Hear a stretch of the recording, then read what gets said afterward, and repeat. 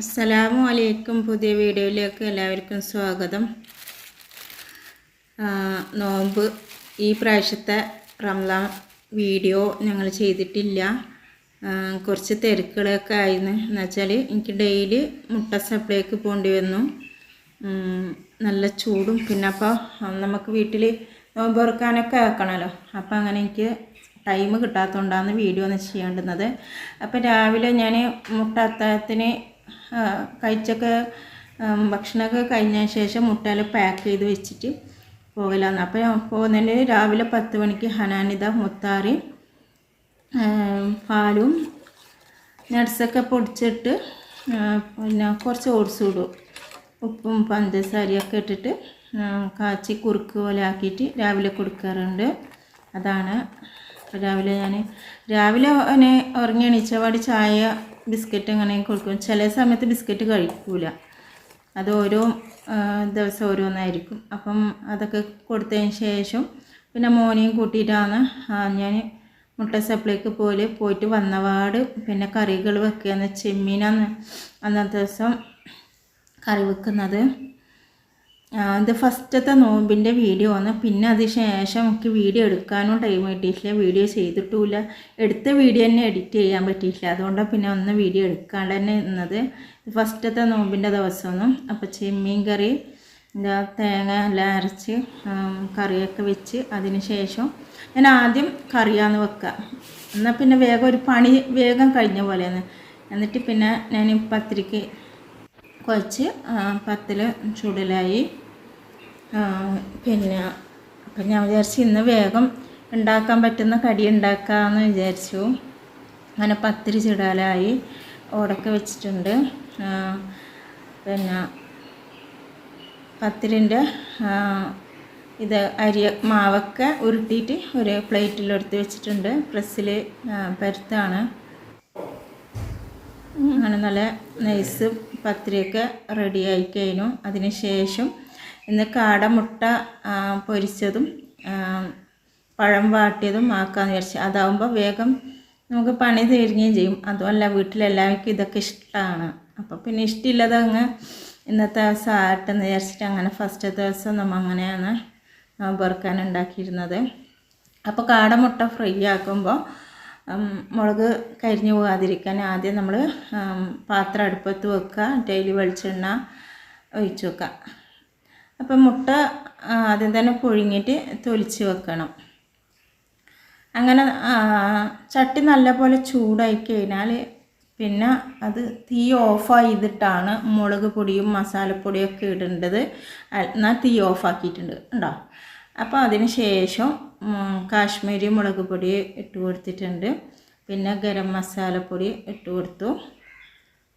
ഇതിൻ്റെ കൂടെ ഉപ്പിടണമായിരുന്നു, ഞാൻ അന്ന് മറന്നുപോയി. കറിവേപ്പിലാണ് ഉപ്പിട്ട് കൊടുത്തിട്ട്. എന്നിട്ട് കുറച്ച് കഴിഞ്ഞേരമൊക്കെ ഓർമ്മ വന്നു. പിന്നെ ഉപ്പിടാണ്ട് ഞാൻ മുട്ടയാണ് ഇടുന്നത്. ഉപ്പ് മറന്നു പോയതായിരുന്നു. എന്നിട്ട് പിന്നെ ഓർമ്മ വന്നേരം പിന്നെ അത് ഇട്ട്. അപ്പം പിന്നെ മുട്ട ഇട്ട് കഴിഞ്ഞ ശേഷം എന്നിട്ട് പിന്നെ നല്ലപോലെ അത് യോജിപ്പിച്ചെടുക്കുക. അപ്പോൾ മുളക് കരിയും ചെയ്യില്ല, നല്ല ടേസ്റ്റി ആയിട്ട് നമ്മളെ മുട്ട പൊരിച്ചത് റെഡിയാകും.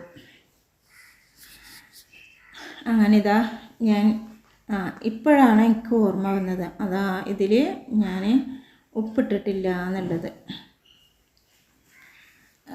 പിന്നെ അല്ലാണ്ട് ആദ്യം തന്നെ മുട്ടക്ക് മുളക് പെരക്കിയിട്ട് നെയ്ക്കോത്ത് പൊരിക്കലല്ല, ഇങ്ങനെ ആകുമ്പം ഉപ്പിടുന്നുണ്ട്.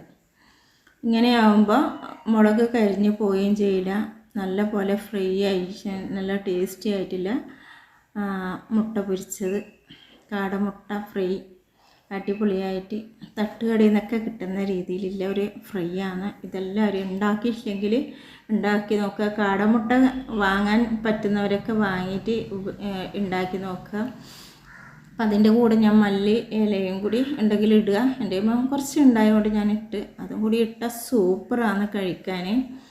നോമ്പെറുക്കുമ്പോൾ കഴിക്കാൻ നല്ല സൂപ്പറാണ്. സാധാ മുട്ടയും ഇതുപോലെ ചെയ്യാം.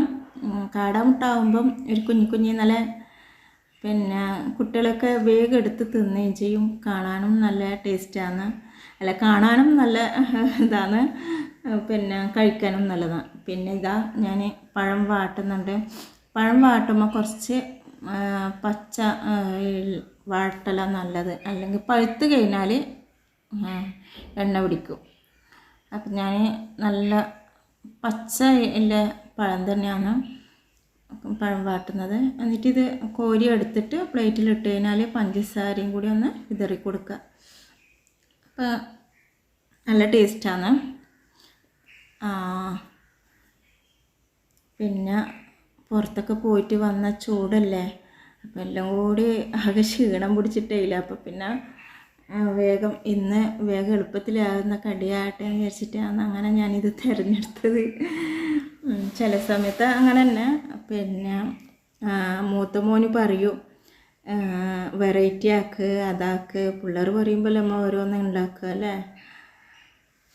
പിന്നെ അതിന് ശേഷം ഉണ്ടാക്കിയിരുന്നു നല്ല ചിക്കൻ്റെ ഇറാനിപ്പൊട ഒക്കെ ഉണ്ടാക്കിയിരുന്നു. പക്ഷെ ഞങ്ങൾക്ക് അന്നത്തെ ദിവസം ഒന്നും വീഡിയോ എടുക്കാൻ പറ്റിയിട്ടില്ല.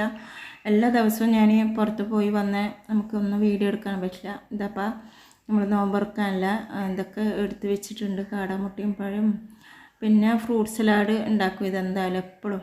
അപ്പോൾ ഇത് ഫ്രൂട്ട്സ് മുറിച്ചിട്ടായാലും ആരും തിന്നൂല. അപ്പോൾ ഞാൻ ചെയ്യൽ മുന്തിരിയും ആപ്പിളും അനാറും പിന്നെ അതിൻ്റെ കൂടെ സേമിയ പാലൊന്ന് പിന്നെ വേവിച്ചെടുത്തിട്ട് അതും കൂടി ഇട്ടിട്ടുണ്ട്. അപ്പോൾ ഇത് കഴിക്കാൻ നല്ല സൂപ്പറാണ്. അതാകുമ്പോൾ കുറച്ച് തണുപ്പ് ഫ്രിഡ്ജിൽ വെക്കുക. പിന്നെ സപ്പോട്ട ജ്യൂസ് അടിച്ചിട്ടുണ്ട്. അങ്ങനെ ഇതാണ് നമ്മുടെ ആദ്യത്തെ നോമ്പ് തുറ. പിന്നെ അതിൻ്റെ കൂടെ സോപ്പും സെയിൽ ചെയ്യുന്നുണ്ട്. ഇപ്പോൾ ഒരുപാട് പുതിയ കൂട്ടുകാരൊക്കെ വന്നിട്ടുണ്ട്. സോപ്പിൻ്റെ വീഡിയോ ചെയ്യണമല്ല വ്ളോഗായിട്ടാണോ, ഏത് വീഡിയോ ആണ് കാണാനിഷ്ടം അതൊന്നൊക്കെ കമൻറ്റ് ചെയ്യുക. അപ്പോൾ ഇൻഷാ അല്ലാഹ് പുതിയ വീഡിയോയിലായിട്ട് വരാം. എല്ലാവരോടും സ്നേഹത്തോടെ അസ്സലാമു അലൈക്കും.